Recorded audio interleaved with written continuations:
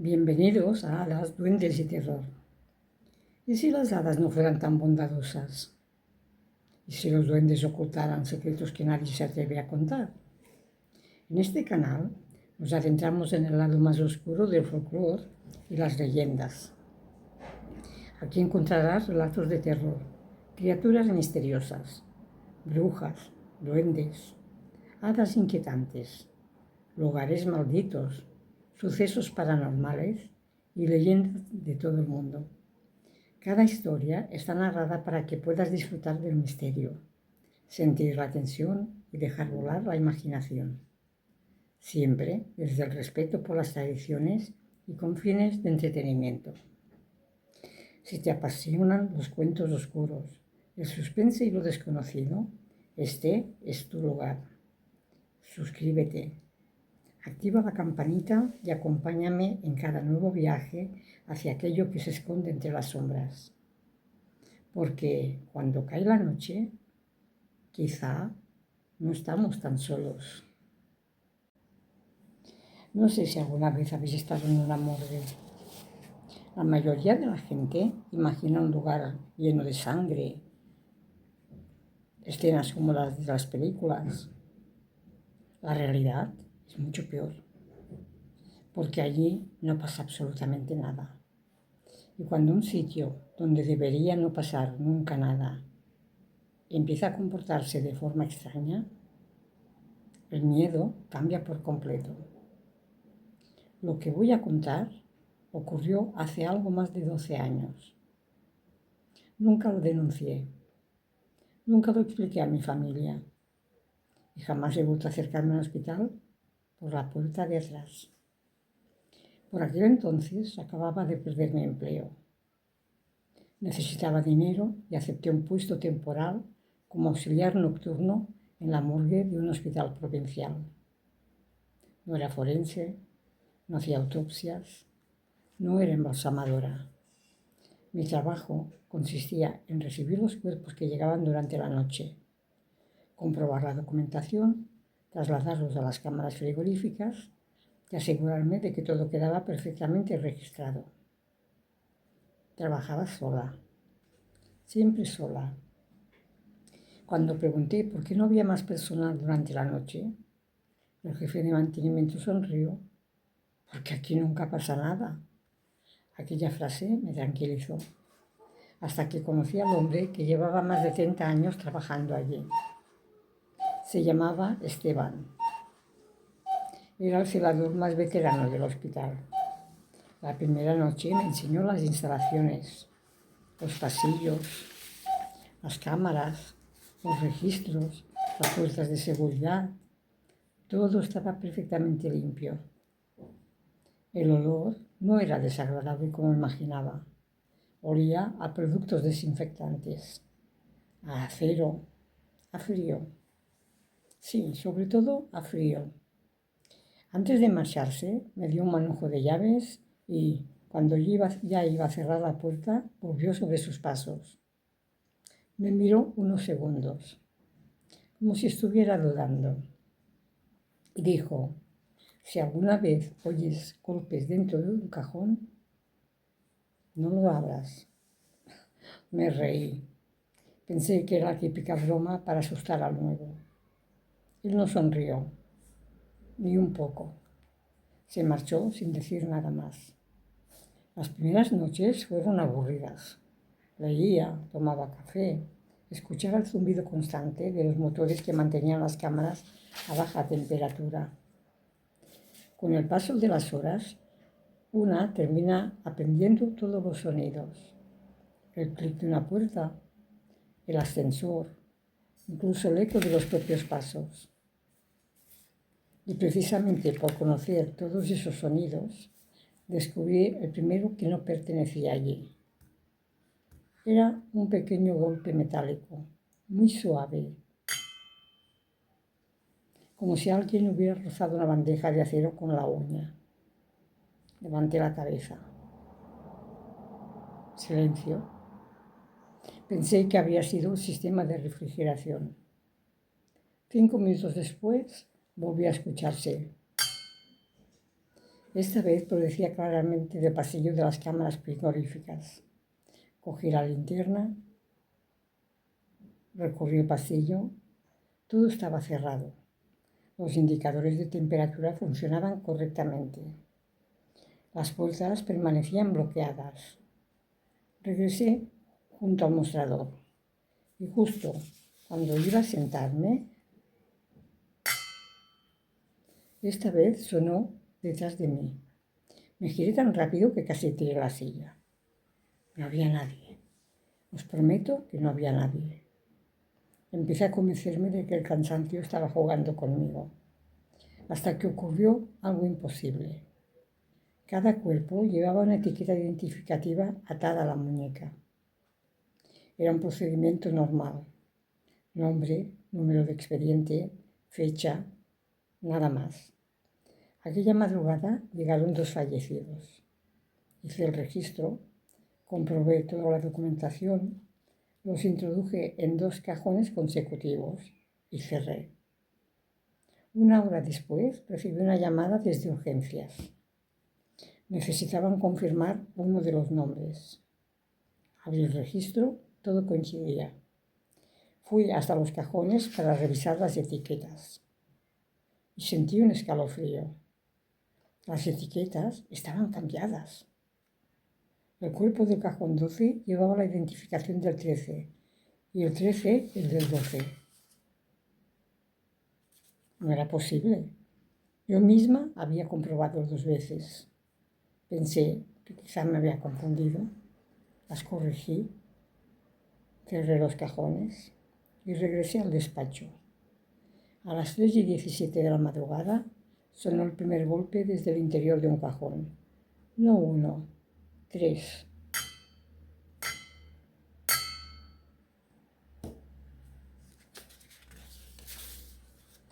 No os voy a mentir. Aquellos 3 golpes hicieron que me quedara completamente inmóvil. No era el ruido del edificio, no era una tubería, no era el motor de la refrigeración. Venían claramente del interior de uno de los cajones. Durante unos segundos fui incapaz de moverme. Solo escuchaba mi respiración y el zumbido constante de las cámaras frigoríficas. Me obligué a pensar con lógica. Los metales se contraen con el frío. Eso era. Tenía que ser eso. Cogí la linterna y caminé despacio por el pasillo.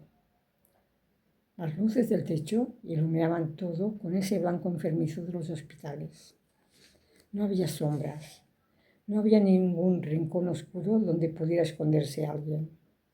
Todo estaba completamente a la vista. Los cajones permanecían cerrados, uno detrás de otro, silenciosos. Respiré hondo. Me estaba avergonzando de mí misma. Era una adulta asustada por un ruido. Entonces lo vi. El cajón número 17 no estaba completamente cerrado. Apenas 2 centímetros. Lo suficiente para que pudiera verse la goma negra del cierre.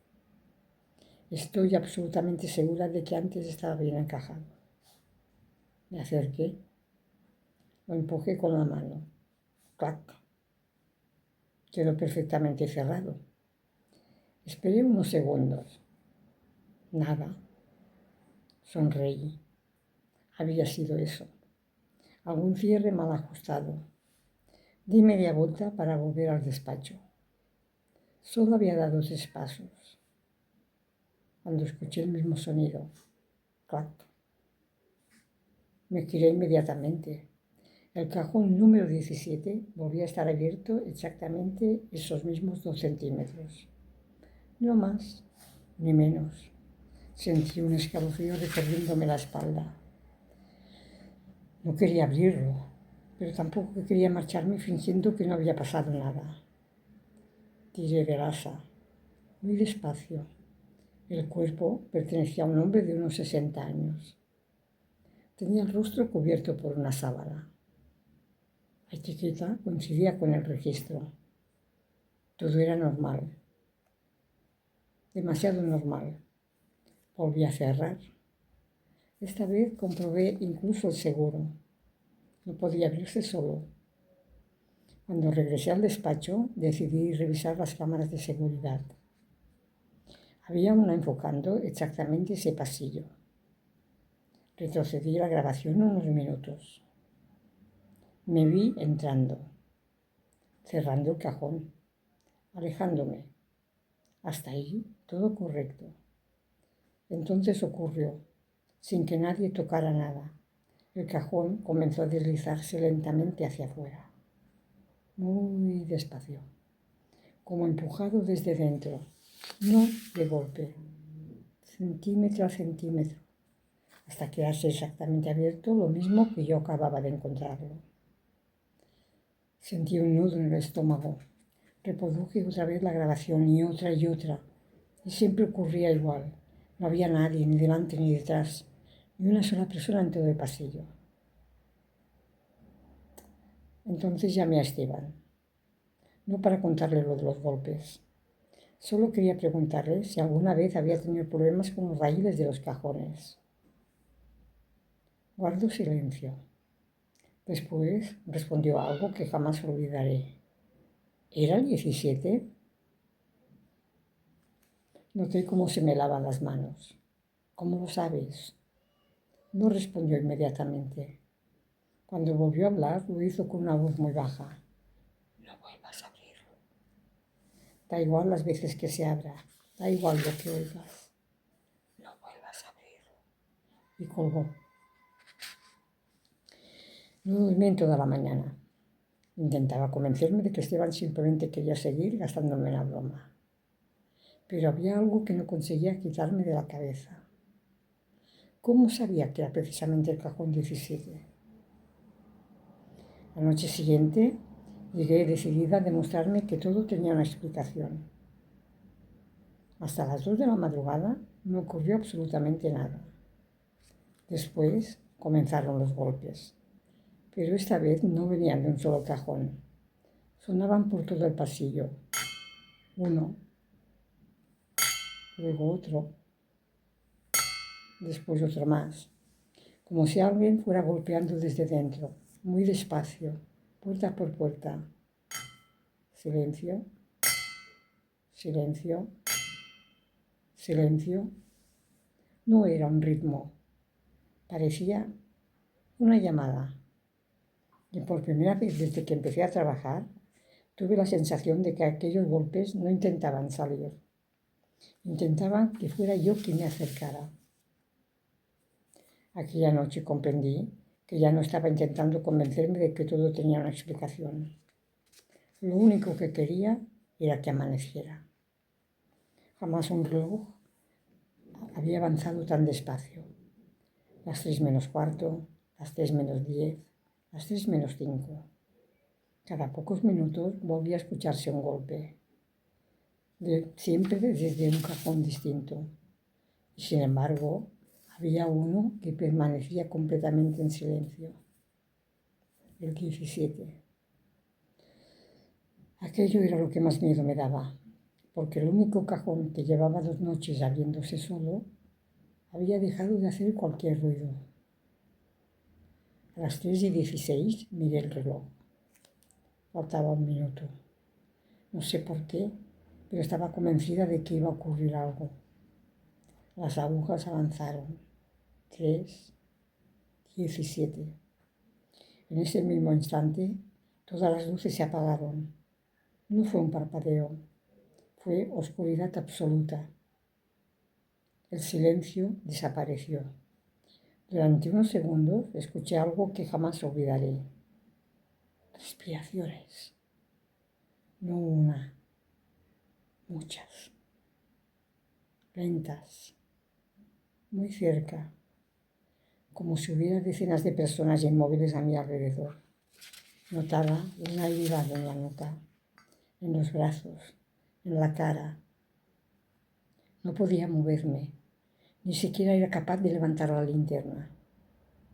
Entonces se encendieron las luces de emergencia. Apenas iluminaban el pasillo con un resplandor rojizo. Y vi algo que hizo que dejara de creer en la realidad. Todos los cajones estaban abiertos, todos. Decenas de bandejas metálicas sobresalían del muro al mismo tiempo, algunas vacías, otras ocupadas. Ningún cuerpo se movía, ninguno, pero todos tenían el rostro descubierto y todos estaban mirando hacia mí. No había ojos abiertos, pero no hacía falta. Era esa sensación insoportable de saber que alguien te observa aunque no pueda hacerlo. Retrocedí sin dejar de mirarlos. 1, 2 pasos. Mi espalda chocó contra la pared. Fue entonces cuando escuché una voz justo detrás de mi oído. Muy despacio, como un susurro. Llegas tarde. Me giré de golpe. No había nadie. Volví la vista al pasillo. Todos los cajones estaban otra vez cerrados, como si nada hubiera ocurrido. Corrí hasta la salida. Empujé la puerta. No se abrió. Probé otra. Tampoco. El sistema electrónico había dejado de funcionar. Solo existía una salida de emergencia y estaba justo al final del pasillo, justo donde se encontraba el cajón número 17. No quería acercarme, pero tampoco quería quedarme encerrada. Cada paso pesaba una barbaridad. Cuando llegué frente al cajón vi que estaba abierto, mucho más que las otras veces, lo suficiente para ver el interior. Y estaba vacío. Sentí un alivio enorme. Pensé que todo había terminado. Entonces miré una etiqueta. No ponía ningún nombre, solo una fecha, la de aquella noche. Y debajo una hora, 3:17. Escuché un pitido. Era el monitor del despacho. Las cámaras de seguridad habían vuelto a funcionar. Corrí hasta allí. Necesitaba comprobar si me estaba volviendo loca. Reproduje la grabación. La imagen mostraba el pasillo vacío. Después aparecía yo caminando hacia el cajón 17. Me detenía frente a él y desaparecía. No caminaba fuera del plano. No se iba por ningún lado. Simplemente, de un fotograma al siguiente, ya no estaba. Como si alguien hubiera borrado mi existencia. La grabación continuaba casi una hora. El pasillo permanecía vacío, hasta que, exactamente a las 4:12, ocurría algo.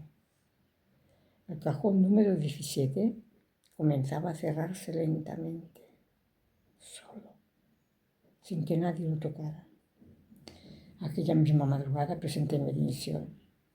Nunca expliqué el motivo. Jamás volví aquí al hospital.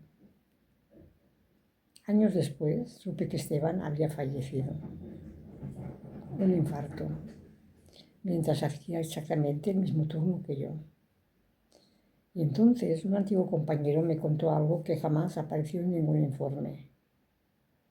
Todos los auxiliares nocturnos anteriores habían renunciado. Todos, menos uno, porque uno de ellos simplemente desapareció. Nunca encontraron el cuerpo, nunca encontraron una explicación. Solo hubo un detalle que la dirección del hospital jamás consiguió entender. La cámara frigorífica número 17 aparecía ocupada durante unos segundos cada madrugada, siempre a las 3:17. El monitor mostraba un cuerpo, un hombre con un uniforme de auxiliar. Cuando alguien iba a comprobarlo, el cajón estaba completamente vacío. Nunca he contado esta historia en público, hasta hoy, porque desde hace unas semanas ha vuelto a ocurrir algo. Cada noche, a las 3:17, mi teléfono vibra. No suena, solo vibra.